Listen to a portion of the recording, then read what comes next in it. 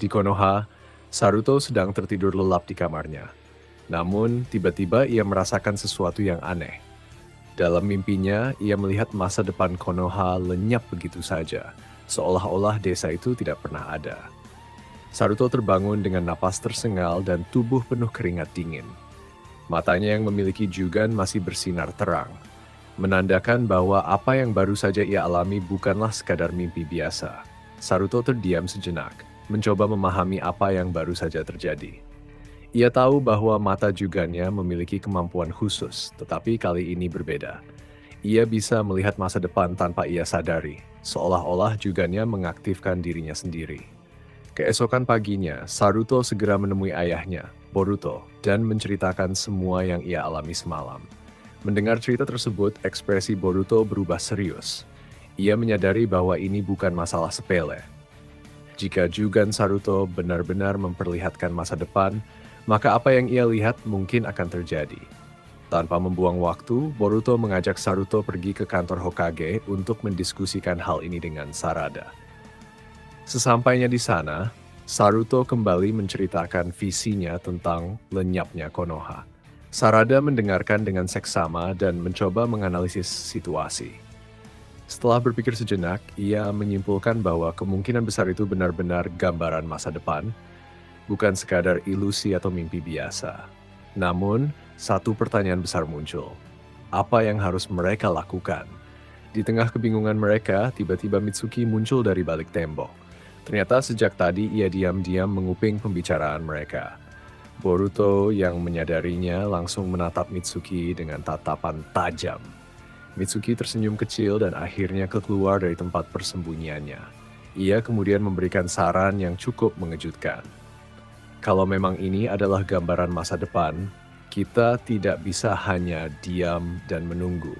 Kita harus bertindak sekarang juga, ucapnya. Boruto dan Sarada saling berpandangan. Lalu menurutmu, apa yang harus kita lakukan? Tanya Boruto. Mitsuki berpikir sejenak, lalu berkata, aku punya ide. Kita bisa pergi ke tempat ayahku, Orochimaru. Dia mungkin tahu sesuatu tentang kemampuan Jugan dan bisa membantu kita memahami lebih lanjut tentang apa yang sedang terjadi. Boruto terdiam sesaat, mempertimbangkan saran tersebut. Meski Orochimaru bukan orang yang bisa sepenuhnya dipercaya, tetapi ia memang memiliki pengetahuan yang luas tentang berbagai teknik dan kemampuan langka. Akhirnya, setelah berdiskusi singkat, mereka memutuskan untuk menemui Orochimaru. Bersama-sama, Boruto, Saruto, dan Mitsuki segera berangkat menuju tempat persembunyian Orochimaru dengan harapan menemukan jawaban atas misteri yang mereka hadapi. Setelah menempuh perjalanan yang cukup panjang, akhirnya Boruto, Saruto, dan Mitsuki tiba di tempat Orochimaru. Tempat itu tersembunyi di dalam gua dengan berbagai segel pengaman yang hanya bisa ditembus oleh orang-orang tertentu. Mereka berjalan memasuki gua hingga akhirnya bertemu dengan Orochimaru yang tampak sedang melakukan penelitian di laboratoriumnya. Orochimaru menatap mereka dengan mata tajam, lalu menyipitkan matanya saat melihat Saruto. Menarik. Apa yang membawamu kemari, Boruto? Tanyanya dengan suara khasnya yang tenang namun mengintimidasi. Tanpa basa-basi, Saruto segera menceritakan apa yang ia alami. Ia menjelaskan bagaimana jugannya tiba-tiba menunjukkan gambaran masa depan di mana Konoha lenyap tanpa jejak. Orochimaru tampak tertarik dan mendekati Saruto, mengamati matanya dengan penuh rasa ingin tahu. Menarik sekali. Aku pernah membaca gulungan rahasia milik klan Otsutsuki, dan memang benar bahwa Jugan memiliki kemampuan untuk melihat masa depan, kata Orochimaru sambil menyentuh dagunya. Jika apa yang kau lihat benar-benar akan terjadi, maka kita harus segera bertindak. Boruto, yang sejak tadi mendengarkan dengan serius, akhirnya bertanya, bagaimana caranya kita menghentikan hal ini? Apa yang harus kami lakukan? Orochimaru tersenyum tipis dan menjawab dengan tenang, hanya ada satu cara, kalian harus kembali ke masa lalu. Mendengar hal itu, mereka semua terkejut. Saruto bahkan melangkah mundur sedikit, tidak percaya dengan apa yang baru saja ia dengar. Kembali ke masa lalu? Bagaimana mungkin? Orochimaru kemudian menjelaskan, Jugan bukan hanya memiliki kemampuan untuk melihat masa depan atau masa lalu. Jika dimanfaatkan dengan benar, Jogan juga bisa membawa seseorang ke masa depan atau masa lalu. Boruto menggelengkan kepalanya. Tapi aku dan Saruto belum menguasai teknik seperti itu. Orochimaru tersenyum dan berkata, itulah sebabnya kalian membutuhkan bantuan. Yang perlu kita lakukan adalah memicu Jugan kalian ke tingkat yang lebih tinggi agar dapat membuka gerbang waktu. Mitsuki yang sejak tadi mendengarkan dengan cermat akhirnya berbicara, tapi kenapa kita harus pergi ke masa lalu? Bukankah masalahnya ada di masa depan? Orochimaru menatap Mitsuki dengan ekspresi tenang. Di masa depan, semuanya sudah terjadi. Tidak ada gunanya pergi ke sana untuk mencegah sesuatu yang sudah terjadi. Tapi jika kita kembali ke masa lalu dan mencari akar permasalahannya, kita bisa mencegah kehancuran itu sebelum terjadi. Setelah mengatakan itu, Orochimaru berjalan menuju sebuah rak besar dan mengambil sebuah gulungan tua dengan segel aneh. Ia membuka gulungan itu dan menunjukkan kepada mereka. Ini adalah teknik dewa yang hanya bisa digunakan oleh pemilik Jugan. Saat ini, Boruto dan Saruto harus menggunakan gulungan ini untuk membuka gerbang waktu dan kembali ke masa lalu. Boruto dan Saruto saling berpandangan. Mereka merasa ragu, tetapi juga tahu bahwa ini mungkin satu-satunya cara untuk menyelamatkan masa depan. Dengan tekad yang kuat, mereka pun mulai menaruh tangan mereka di atas gulungan tersebut. Tiba-tiba, cahaya terang keluar dari gulungan itu. Orochimaru meletakkan tangannya di bahu Boruto, sementara Mitsuki memegang bahu Saruto. Dalam sekejap, mereka berempat tersedot ke dalam portal aneh yang muncul di hadapan mereka. Saat mereka melewati portal itu, semuanya berubah menjadi kabur. Suara angin kencang bergemuruh di telinga mereka, dan tubuh mereka terasa ringan seolah-olah melayang di ruang tanpa batas. Kemudian dalam sekejap mereka terjatuh di sebuah tempat yang asing. Mereka segera bangkit dan melihat sekeliling. Yang mereka lihat bukanlah Konoha atau dunia yang mereka kenal. Orochimaru menyipitkan matanya dan berkata dengan nada serius, sepertinya kita telah tiba di zaman di mana Konoha belum ada. Mereka semua terdiam.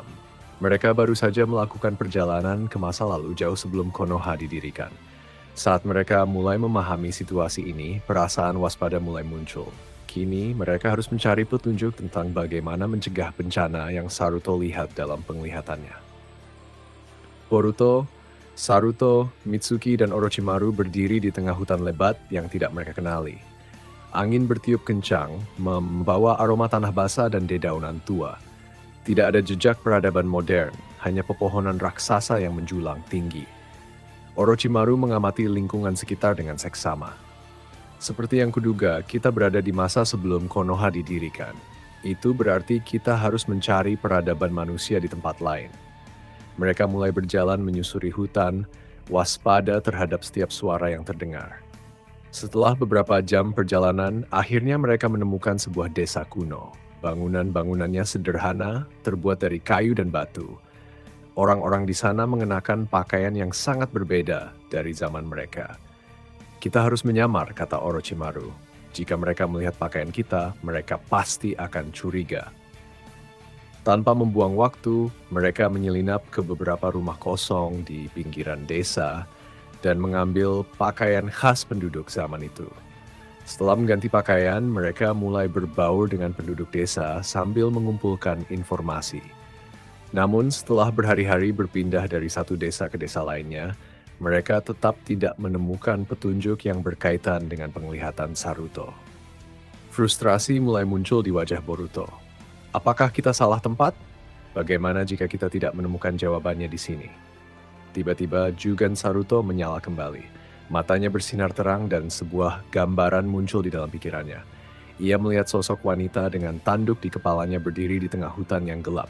Saruto tersentak dan menunjuk ke arah barat. Aku melihatnya. Ada seorang wanita mirip Otsutsuki di dalam hutan. Boruto terkejut. Apa? Jangan-jangan itu. Sst. Orochimaru segera menegur mereka. Jika itu benar-benar Otsutsuki, kita harus berhati-hati. Jangan bertindak gegabah. Dengan hati-hati, mereka menyelinap menuju hutan yang dimaksud oleh Saruto. Setelah berjalan beberapa saat, mereka melihatnya. Seorang wanita berambut panjang keperakan berdiri di tengah hutan. Aura yang dipancarkannya sangat kuat dan misterius. Wajahnya penuh dengan ekspresi kosong tetapi tatapannya dalam dan tajam. Boruto menahan napas. Tidak salah lagi, itu Kaguya Otsutsuki. Saruto menggigit bibirnya. Jadi ini alasan Juganku membawaku ke sini. Tapi kenapa? Orochimaru menatap Kaguya dengan penuh perhatian. Kita tidak bisa gegabah.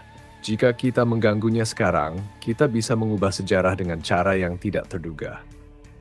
Mereka pun bersembunyi di balik pepohonan mengamati Kaguya dari kejauhan. Beberapa saat kemudian sesuatu yang mengejutkan terjadi. Tiba-tiba, dari balik kegelapan hutan sosok lain muncul. Mata Boruto membelalak saat melihatnya. Tidak mungkin, itu Ishiki. Kaguya dan Ishiki berdiri berhadapan, tampaknya sedang berbicara tentang sesuatu yang serius. Mitsuki mengirimkan ular kecilnya untuk mendekati mereka dan memata-matai pembicaraan mereka. Beberapa saat kemudian, ular itu kembali dan Mitsuki menyampaikan informasi yang didapatnya. Ishiki sedang merencanakan sesuatu. Dia ingin membangkitkan pohon Shinju secara sempurna dan menghabisi seluruh kehidupan di bumi. Boruto mengepalkan tangannya. Jadi itu penyebabnya. Jika Ishiki berhasil, maka di masa depan Konoha dan seluruh dunia shinobi tidak akan pernah ada. Namun ada satu hal yang aneh. Kaguya terlihat ragu, kata Saruto dengan nada bingung. Orochimaru menyipitkan matanya. Itu menarik. Jika kita bisa mengetahui alasan keraguannya, mungkin kita bisa mencegah rencana Ishiki sebelum terlambat. Mereka memutuskan untuk mengikuti Kaguya secara diam-diam dan mencari tahu apa yang sebenarnya terjadi. Setelah beberapa jam mengamati, mereka menemukan sesuatu yang mengejutkan. Kaguya ternyata telah jatuh cinta dengan seorang manusia bumi. Orochimaru mengangguk pelan. Jadi itu alasannya. Kaguya tidak tega menghabisi manusia, karena ia sudah memiliki ikatan dengan mereka. Boruto tersenyum kecil. Ini bisa jadi kesempatan kita. Saruto mengangguk penuh semangat. Jika kita bisa memanfaatkan perasaan Kaguya terhadap manusia, kita bisa membuatnya berkhianat terhadap Ishiki dan menggagalkan rencana mereka. Kini, mereka memiliki tujuan baru. Mereka harus membuat Kaguya memilih manusia, bukan klannya sendiri. Namun, bagaimana cara mereka melakukannya bersambung ke bagian